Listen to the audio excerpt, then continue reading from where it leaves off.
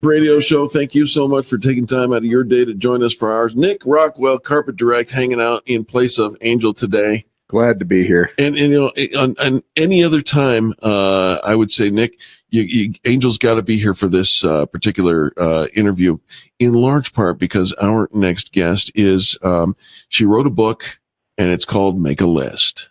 And, Angel is a list maker. Such a list maker, has a book of a similar title along that way. Award-winning author, writer, speaker, professor, and gifted wordsmith Marilyn McIntyre is here to talk about her brand new book, Make a List. Welcome, Marilyn. How are you? I'm fine. Thank you. It's nice to be here. It is very nice to have you. Let's start with this. And it's kind of because I was the editor for my business partner's book, and she's so sorry that she can't be here to chat with you because I know you just would hit it off. It's kind of, I'm asking questions that are rhetorical for me, but for the rest of the audience, what's so good about making lists? Why lists? Well, I have found that list making clarifies and helps you to specify things that you've been vague about. It helps you unearth things that come up to surprise you. If you just start in and you say, what do I want now? Things I want. And you start putting down things you know you want. And after a while, you start realizing that you want things that you didn't realize you wanted, or you actually don't want things you thought you wanted. And that kind of thing happens almost every time you really start generating a list. All right. And so you say that I'm sorry, I didn't mean to interrupt. Go ahead. But they take you by surprise. Right. You talk about lists becoming seeds for pivotal conversations.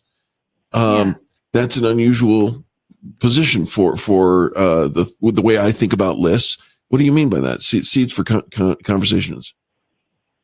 Well, I think that when you actually slow yourself down enough to name, for instance, things I want, or what I'm willing to let go of, or what I hope for, and you just persist for a few minutes in naming and keeping naming what that might be, then you begin to be able to talk about what it is you hope for, or willing to let go of, or want, or foresee in much more meaningful terms.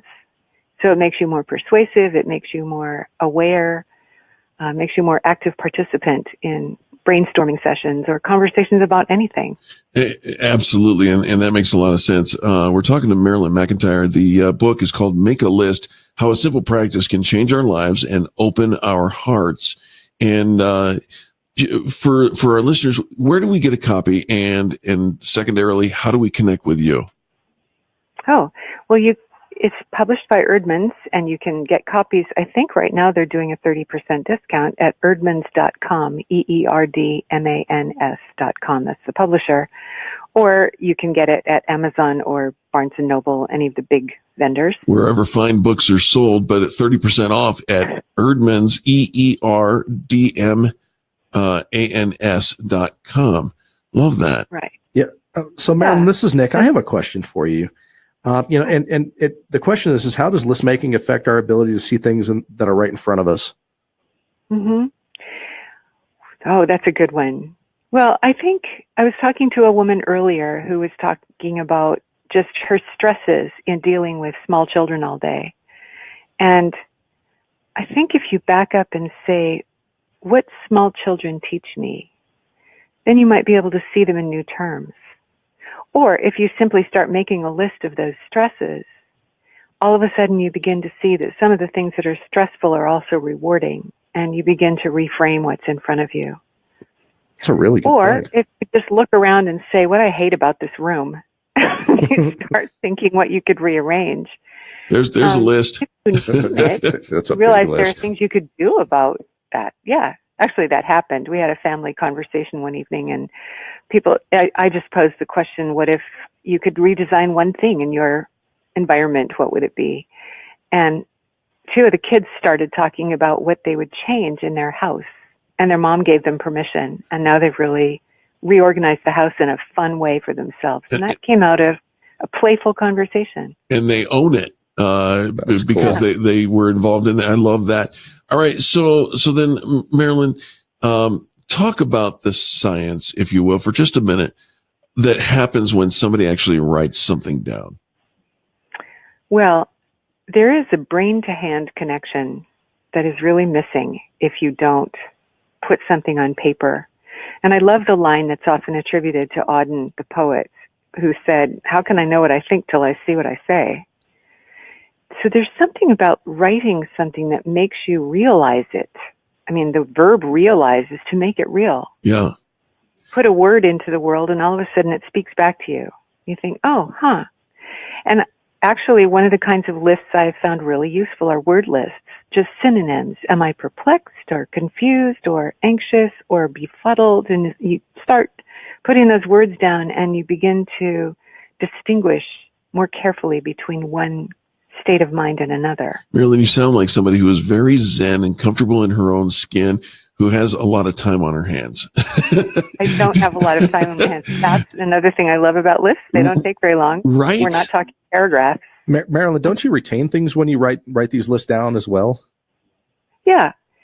Although I have to admit that I write grocery lists, but I generally leave them at home. And then I wander the aisles of the grocery store like anybody else. Oh, good. I'm not the only person. Oh, shoot. I am so guilty of that. My wife hates it, especially when I go hungry. But having written things down, they do remain in your mind in a different way. And I think also just putting them down reminds you to put other things down. And what comes up, as I said, can sometimes be really valuable. So just a process of externalizing what's in there. Start pulling on a thread. Well, I'm so impressed. The book, folks, is called Make a List: How a Simple Practice Can Change Our Lives and Open Our Hearts. And Marilyn McIntyre is the author. Marilyn, we got about a minute left here. A final thought and word of inspiration for our listeners. Well, I think there are lots of kinds of lists in here, lists that commemorate. I think lists can go to a really deep place. When I'm a hospice volunteer, and when people are working through grief, naming some of their sorrows is really important. So I have to say that I think lists can range from the trivial to the really soul-searching, and can be a wonderful discipline for coming to know yourself in a deeper way. Really, really well said. Folks, get a copy of the book, Make a List, and you don't have to actually write this one down. Just go to Eerdmans, EERDMANS.com for a 30% discount, or go to Amazon, Barnes & Noble, anywhere books are sold, and pick up a copy. In fact, pick up two, because you need to give it to somebody as well. Marilyn McIntyre, it's been a pleasure having you on the program. Thank you for joining us. Thank you so much. My pleasure. Absolutely. Folks, don't go anywhere. We've got more positive business talk just on the other side of this. We got Captain Comedy over here, Nick Rockwell.